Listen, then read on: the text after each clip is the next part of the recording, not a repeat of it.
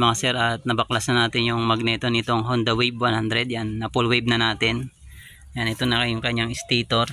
Yan, dito sa pagpo-full wave ng Honda Wave 100, yan po, ito yung kanyang magnetic ground. Yan, ito yung sa magnetic ground nya. Ito yung ground ng ating stator. Yan, pag may nakita kayong ganyan na plate, yan, nandito yung ground nya, yung magnetic wire.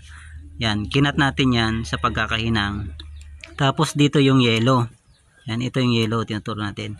Kinat din natin yung yellow na nakahinang dito. Yan, yung yellow lang ang gagalawin natin, yung yellow at saka yung ground ng magnetic. Yan, yan, natanggal natin yung ground ng magnetic, nakakat na natin dyan sa pagkakahinang, tsaka yung yellow, yan, nakat na rin natin. Pagdudugtungin natin yung magnetic, yan, magnetic ground, tsaka yung yellow, yan, ito na siya, nahinang ko na siya.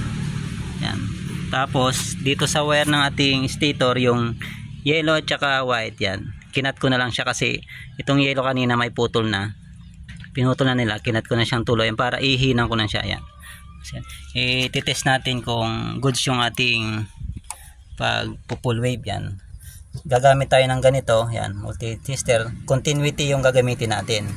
Dapat itong white at saka yellow, dapat may continuity sila. Yan, iilaw yung ating tester, yan, iilaw siya pag na-test natin tong white tsaka yellow.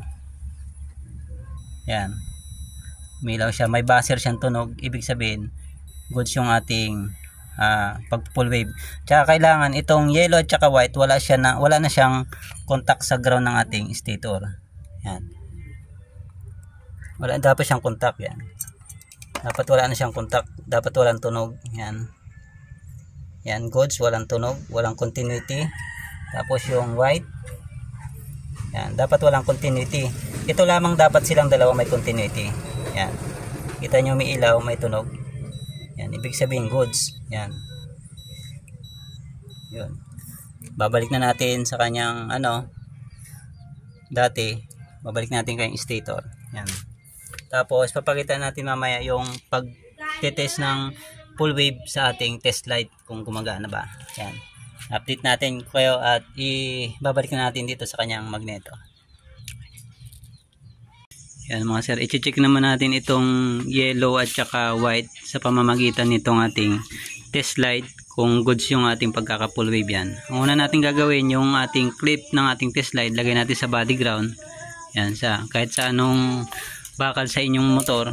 Yan, tapos itong test light natin ilagay natin dito sa yellow at white. Dapat hindi ilaw yung ating test light. Yan, papakit natin. Yan, wala hindi umiilaw. Yan, yan, iilaw lamang siya kapag yung ating test light dito. Yan, para sa pamamagitan ng ganyan. Yan, yan, ganyan. Ibig sabihin yan, goods yung ating pagkaka-full wave. Yan, tapos lalagay na natin itong full wave charger natin dito sa white and yellow, dito sa ating charger na full wave sa 5 wires sa dito sa white at saka sa yellow. Yan, wirings na natin. Yan mga sir, at na-install na natin yung kanyang full wave charger. Yan, yung ating full wave charger may 5 wires. Yan, yung yellow at saka white, ito yung wire na galing doon sa ating pinol wave kanina na wire doon papuntang stator. Yan sa yellow and white. Yan, nilagay natin dito sa charger na white tsaka yellow. Yan, kahit magkabaligtaran yung galing sa stator natin na full wave. Tapos yung black, ito yung accessories natin. Yan, nagpagapang ako ng wire, tinapo dito sa kulay black sa accessories wire. Tapos yung green ng charger, green to green lang. Tapos yung red to red lang, ito yung magcha-charge sa ating battery.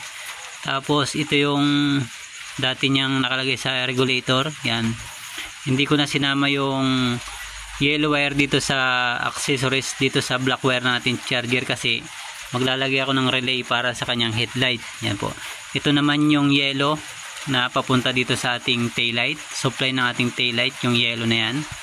Stator drive tong yellow na to, kinat ko na siya kasi isasama natin to sa relay para sa kanyang headlight. Yan, tapos yung yellow din dito na papuntang headlight, yan, ikakatrin natin yan kasi supply ng headlight papunta sa taas. Sasama ko rin yan sa relay natin para maging battery operated yung kanyang headlight. Yan sir.